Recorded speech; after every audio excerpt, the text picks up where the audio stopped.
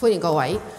我哋今日咧主要就係公佈咧今個年度7月至9月呢個季度嘅賣地計劃嘅。咁首先咧，發展局局長咧就會有一個開場發言，然後咧就會回答大家嘅提問嘅。唔該，局長。好，各位大家好。今日咧我就同各位介紹下政府喺今個財政年度第2個季度，即係7至9月嘅賣地計劃。我哋咧係會用招標嘅方式咧出售1幅嘅住宅用地，係位於沙田小瀝源，預計可以提供大約570個單位。大家都知道咧，今年我哋嘅賣地表入邊嘅住宅用地當中咧，有2幅都係嚟自沙田小瀝源嘅。第一幅規模較細嘅用地咧，喺第一季係推出，地政總署而家咧正係做緊招標嘅工作嘅。下個星期5咧，亦都會截標嘅。今季我剛才講，我哋推出嘅咧，正正就係第2幅位於同區嘅住宅地皮。另外咧，市區重建局咧打算喺今季，即係第2季啦，推出九龍城啟德道沙寶道發展項目，預計咧可以提供大約810個單位。私人發展同埋重建項目方面呢，暫時預計呢有3個換地嘅項目呢，會喺第2季完成地契修訂，可以提供大約410個單位。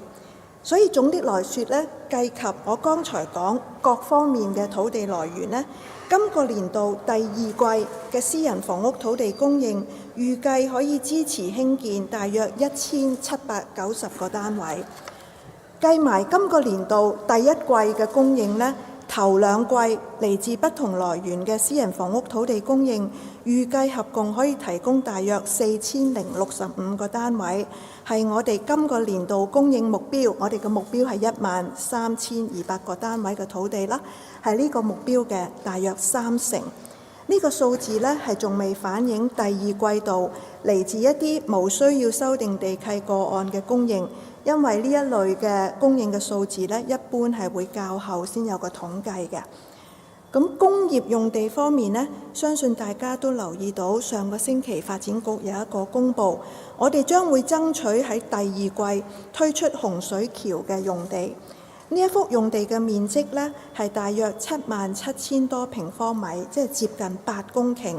最高嘅樓面面積呢，可以都高達544000平方米，指定呢係做多層現代產業大樓，主要作物流用途啦。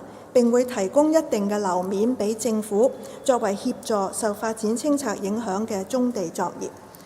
我哋呢而家正係爭取盡快完成移除用地上高嘅社區隔離設施，同埋完成草擬地契條款，同埋敲定招標嘅安排。目標呢係喺第2季嘅季尾呢為用地招標。我哋係會用雙信封制招標嘅，具體嘅非價格同埋價格比重，同埋會交翻幾多樓面俾政府呢，我哋會喺招標嘅時候呢公佈。朝住年度嘅供應目標呢，我哋係會繼續留意市況，並且綜合考慮不同來源嘅供應，為每個季度作出合適嘅推地安排。有節有道咁樣呢，向市場推出土地，以供發展我哋嘅經濟同埋房屋嘅。咁大家容許我呢用英文呢簡單講一次。Today I will introduce the government's land sale program in the second quarter of this financial year, that is July to September. The government will put up for tender a residential site in Siu Lek Yuen in Sha Tin, providing a supply of about 570 flats. You may be aware that among the sites put onto this year's land sale program, 2 residential sites are located in Sha Tin. The first site, which is smaller in size, has already been put up for sale in the first quarter, and the tender is ongoing. The site I announced just now to be rolled out in this quarter is the second one in the same locality. In addition, the Urban Renewal Authority plans to tender in this quarter its development project on Kai Tak Road, Sapo Road in Kowloon City, providing a supply of around 810 flats. For private development and redevelopment projects, 3 are expected to complete their lease modifications in the second quarter, providing a supply of about 410 flats. So to summarize, taking all the above sources of land supply into account, the total private housing land supply in the second quarter will support the development of around 1,790 flats. Together with the first quarter, the total supply of the first half of this financial year is expected to support some 4,065 flats, which is around 30% of our annual supply target at 13,200 flats. This figure has not yet reflected private redevelopment projects not requiring lease modification from the second quarter, as such figures are only available at a later stage. For industrial sites, you may be aware of the Development Bureau's announcement last week, announcing that we aim to put up for sale a site in Hong Shui Kiu. This site is around 77,000 square meters, so close to 8 hectares, and its maximum gross floor area could reach 544,000 square meters. The site will be used for the development of multi-story buildings for modern industries, mainly for logistics, and will provide certain floor area to the government to assist brownfield operators affected by government development clearance exercises. We will strive to complete the removal of the community isolation facilities now on the site, the drafting of land lease conditions, and the formulation of tender arrangements as soon as possible. Our target is to roll out the site for tender by the end of the second quarter. We will adopt a two-envelope tender approach, while specific details on the ratio of non-premium and premium proposals, as well as the floor area to be provided to the government, will be announced at the time of tender. Working towards the annual supply target, the government will continue to monitor market situation and holistically consider supply from various sources so as to make fitting land disposal arrangements for each quarter and provide land to the market for economic and residential developments in a paced manner. Thank you. 而家係提問時間，請大家提問之前呢，先介紹自己嚟自邊個傳媒機構嘅。咁邊位想提問先？係嗰邊藍色衫係呢位先生。局長你好，星島日報，想問下咧，即係睇翻個嚟緊個今季都冇商業地啦，即係嚟緊過去4季都冇商業地嘅供應啦，係咪因為而家個商業氣氛差同埋空置率高而暫緩呢個推地咧？咁另外即係睇翻啲數據啦，即係今年個首季個地價收益大約2億左右啦。咁對比年初財政預算案講全年嘅地價收入大約330億，不足1%啦。咁嚟緊個3個季度咧，會唔會推多一啲重磅嘅住宅地或者商業地招標，去追翻個目標咧？唔該。好，嗱，你第一個問題關於我哋商業用地嘅供應啦。當然，我哋幾時推售商業用地呢？我哋都要睇市場嗰個情況嘅。咁的確嚟講呢，而家我哋嘅商業樓面已經建成嗰啲啦，個空置率呢都係偏高嘅。其實有雙位數字，大約總的嚟講，留意到最近有啲嘅報道啦，同埋分析就13%度啦。咁所以我哋呢，就算喺今年度我哋擺落賣地表入邊呢，商業用地呢本身都唔係多嘅。咁當然我哋持續造地之餘呢，其實我哋都係要睇住個市況去幾時推出我哋嘅土地，所以今季呢，同樣都係冇商業用地呢去推出嚟嘅。至於你提到地價收入嗰方面呢，咁其實地價收入有幾多呢？咁當我哋做完一啲嘅土地交易之後，嗰個文書去咗土地註冊處呢，大家就會睇到嗰個地價收入。所以有陣時呢，大家今日睇到嘅唔完全代表我哋去到呢一季嗰個情況。有陣時個文件呢，仲係處理當中，係未曾去註冊。咁但係總的嚟講呢，其實我時常都話，我哋推地呢，地價收入呢係嗰個後果，我哋得到嗰個回報。但係推地主要呢都係為咗達到一啲政策嘅目標，為咗支持我哋嘅房屋供應同埋經濟嘅發展嘅。咁至於嗰個地價收到幾多呢？我哋都會睇返當時嗰個市場嘅情況，市場係熾熱或者市場係稍為淡靜一啲嘅，自然都會影響我哋嗰個地價，每一幅土地收返嚟嗰個高低同埋總嗰個收入，平常心去處理。下一條，呢邊呢位。Hi, some English questions from RTHK.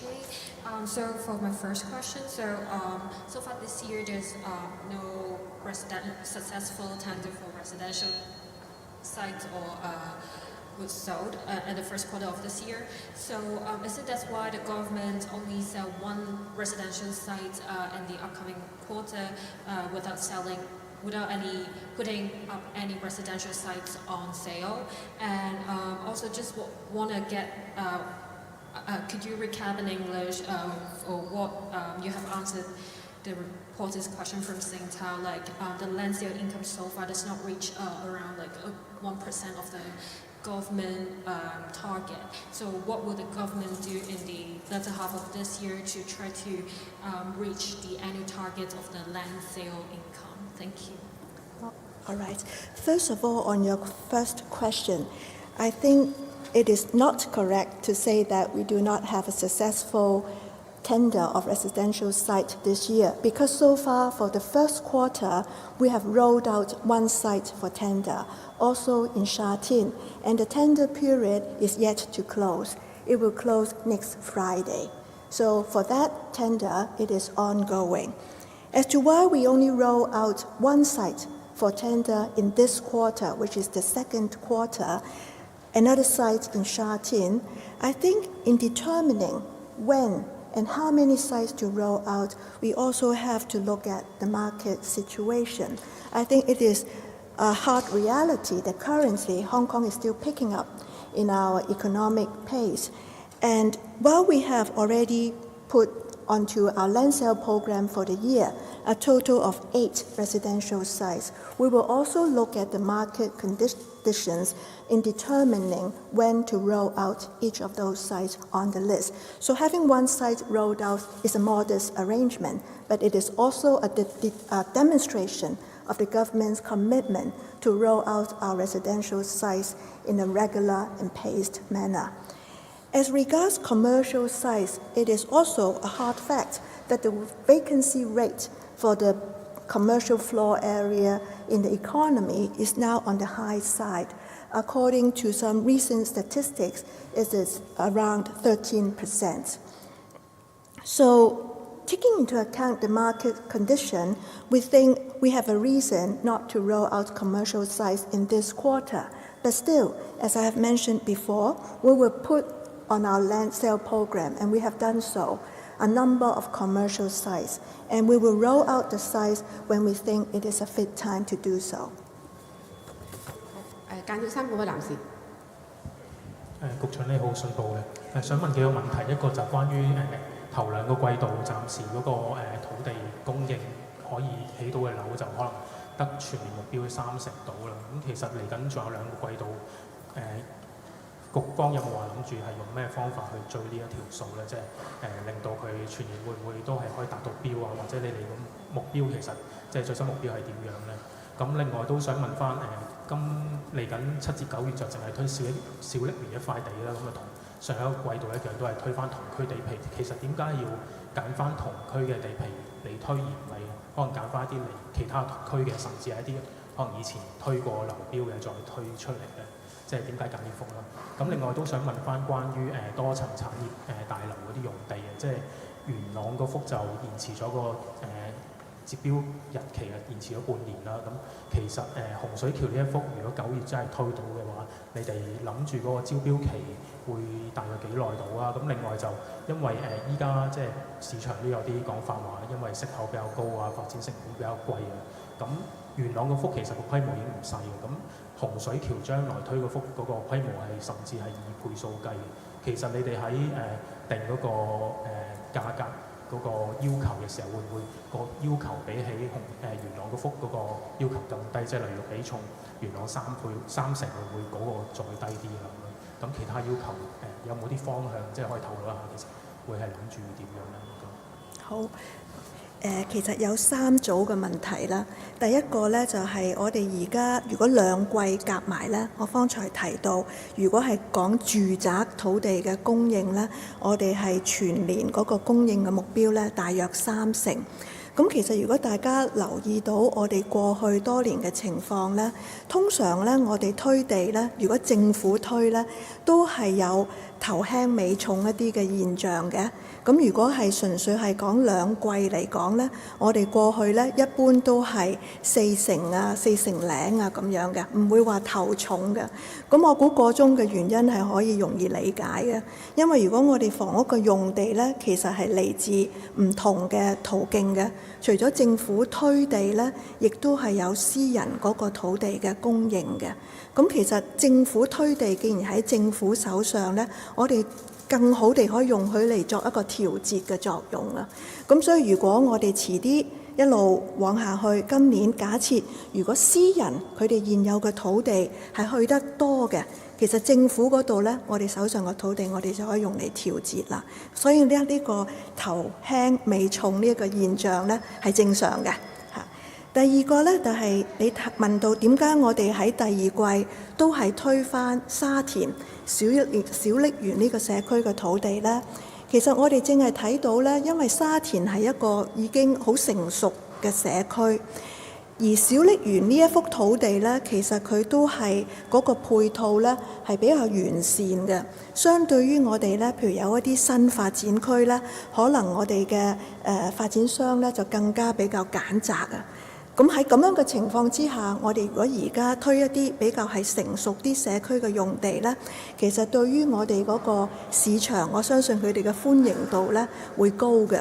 咁雖然2幅土地都係喺小瀝源，其實呢，如果第1季我哋而家招標緊嗰幅呢，係喺正嗰個港鐵站嘅對面啦，比較細啲啦。但係呢一幅呢，遠離嘅港鐵站多一啲10分鐘步行嘅路程，但係佢又比較大啲喎，所以換一個角度睇呢，你可以話呢，各有千秋。咁所以我相信呢，都會有唔同嘅發展商呢，對呢2幅用地呢係會有興趣嘅。你最後一組嘅問題呢，係關於我哋嗰啲多層產業大樓啊。如果我哋係洪水橋呢一幅呢，我哋點解加快去推呢？原本都係今年嘅賣地表，但係原本係冇諗住呢第2季就推出嚟嘅。點解加快呢？正正係因為我哋聽咗市場一啲嘅聲音，就話元朗嗰幅既然我哋拎咗出嚟啦，其實佢哋都好希望呢，差唔多同一個時期呢，可以做一啲策略嘅部署。咁所以呢，既然係咁樣，我哋洪水橋呢一幅呢，都會將佢提早咗去做，所以我哋要趕緊做一啲嘅功夫啦。無論係嗰個招標條款，我哋而家都要加把勁啦，去將佢加快。所以呢，我哋其實個招標期呢，我哋相信都會同元朗嗰幅呢係相約嘅。元朗嗰幅呢，我哋上個禮拜公佈就會褪到去12月底啦。我哋會爭取呢，就係洪水橋呢一幅呢，都係差唔多呢一個嘅時間。咁先至係有嗰個差唔多同一個時段呢一個咁嘅效果。至於你提到佢規模係大，咁的確係㗎。我留意到媒體呢，有陣時會形容呢幅係巨無霸嘅土地，大約8公頃。咁但係其實呢，我哋從好多業界嗰度呢，亦都收到一啲嘅訊息，就係如果我哋講現代物流呢，其實而家係講規模啊。所以好多時佢哋對大規模嘅用地呢，有某一種嘅市場呢係特別有興趣嘅。所以呢，我哋唔會擔心話因為規模大反而影響咗佢嗰個吸引力。規模大亦都係佢嘅吸引力所在。咁但係當然啦，因為佢規模咁大，究竟我哋係咪同樣要求好似元朗嗰幅咁有3成嘅樓要交翻俾政府呢？咁同埋佢現場嘅環境有冇啲技術嘅困難呢？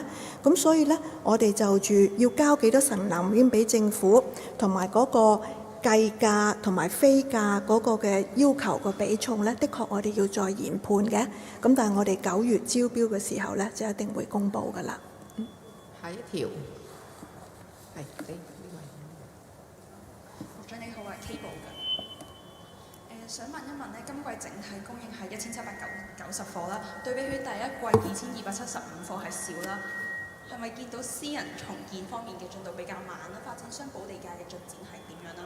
同埋對於下個禮拜接標嗰塊沙田小瀝源嗰塊住宅用地咧，有冇信心去批？即係有冇信心係批出？如果再次流標嘅話，會唔會影響到全年土地供應啦？同埋都想問翻今年第一季地價收入係點樣？唔該。嗱，首先最後一個問題先，我留意到頭先都有記者朋友講地價收入，其實大家會留意到咧，政府咧從來都唔會逐季咁樣咧同大家講嗰個地價收入嘅。其實我哋通常都係年度去做一個嘅總結啦，年頭就有一個預算啦，都係財政預算案嗰一個嘅情況之下去交代嘅。如果其實地價收入其實一路都會有佢嗰個進帳嘅，每一幅土地無論係地契修訂又好，賣地又好，亦都唔單止係我哋企喺度恒常講嘅賣地，有陣時有其他嘅用地嘅，譬如油站嘅招標啦，都會令政府有地價收入嘅。咁凡此種種呢，其實大家呢，我諗都係要睇個別嘅公佈啦，同埋有啲嘅文書完成咗呢，係會拎去我哋嘅土地註冊處，所以嗰度呢，大家都係會公開睇到嗰個地價收入嘅進帳，所以個總數呢，未必係頭先大家呢唔同媒體朋友講嘅嗰啲數字嚟嘅。咁至於你第一個問題呢，你就話第一季我哋嚟自唔同來源嘅係有2000幾伙嘅供應嗰個土地啦，第二季就1700幾啦。咁其實呢，我不會鼓勵大家呢去個別每一季呢比較一啲數字上呢一啲嘅上上落落，因為呢唔同嘅土地承載嗰個樓宇嘅數目自然係唔同嘅，有陣時有幾十幾百。嗰個數字嘅出入呢係完全唔出奇嘅，反而呢，我哋講幾多幅土地呢，咁大家可能會容易啲理解一啲。咁另外呢，位於沙田小瀝源呢一度，我哋第一幅嗰個土地而家招標進行中啦，下個禮拜截標啦。方才你提到如果流標又點樣呢？咁其實呢，第一我哋唔會有咁樣嘅悲觀嘅揣測先啦，咁同埋大家如果留意到，就算市場同埋媒體反映市場嗰個睇法呢，沙田小瀝源呢一個地帶，因為都係一個比較成熟嘅社區，而我哋第一季推出嗰幅地呢，又喺正我哋嘅港鐵站嘅對面，交通好便捷，其實係有相當嘅吸引力嘅，所以我哋對於呢一幅地能夠成功去中標呢，其實我哋係審慎樂觀嘅。下一條 ，OK， 藍色衫嗰位。你好，港台嘅第一條問題就係想問呢，今季都係推出一個比較細嘅住宅地啦，咁係咪反映當局都會覺得樓市仍然係處於較疲弱嘅狀態啦，或者係市場未必吸納到比較大嘅地皮呢？同埋有冇信心今年嘅私人房屋達到年度嘅供應目標？嗱，我估咧，如果係房地產市場嚟講咧，的確而家嗰個市況咧係比較淡靜一啲嘅。咁我估呢個係可以理解嘅，因為外圍嘅經濟環境亦都影響緊香港嘅經濟環境啦。亦都大家睇到我哋對於嗰個息口咧，其實持續都仲係喺一個高位啊，就冇大家當初預期話會好快咁樣跌落嚟啦。咁呢啲都係香港，亦都的確係受到我哋外圍嘅情況，有啲嘢係我哋唔能夠控制嘅。咁喺咁嘅情況之下呢，我哋一定要做嘅就係繼續將我哋嘅土地，無論係經濟用地又好，房屋用地又好，努力將佢做好。至於佢幾時推同埋推邊一幅呢，我哋始終都係要留意住市場嗰個嘅反應啦，審時度勢嘅。咁我哋覺得喺第二季嚟講呢，我哋而家都係喺一個成熟嘅社區入邊推出一幅嘅土地呢，係一個恰當嘅安排嚟嘅。仲有冇問題？係呢位。局長你好, from SCMP, I have one question. So how would you comment on recent property market sentiment? And have we seen a slowing down in transactions since the removing of all cooling measures? And also inventory of unsold units still stand at a relatively high level. How would that potentially affect developer sentiment in bidding the upcoming residential site tender? Thank you. I think on the property market, I think it's quite obvious that the sentiments have yet to pick up.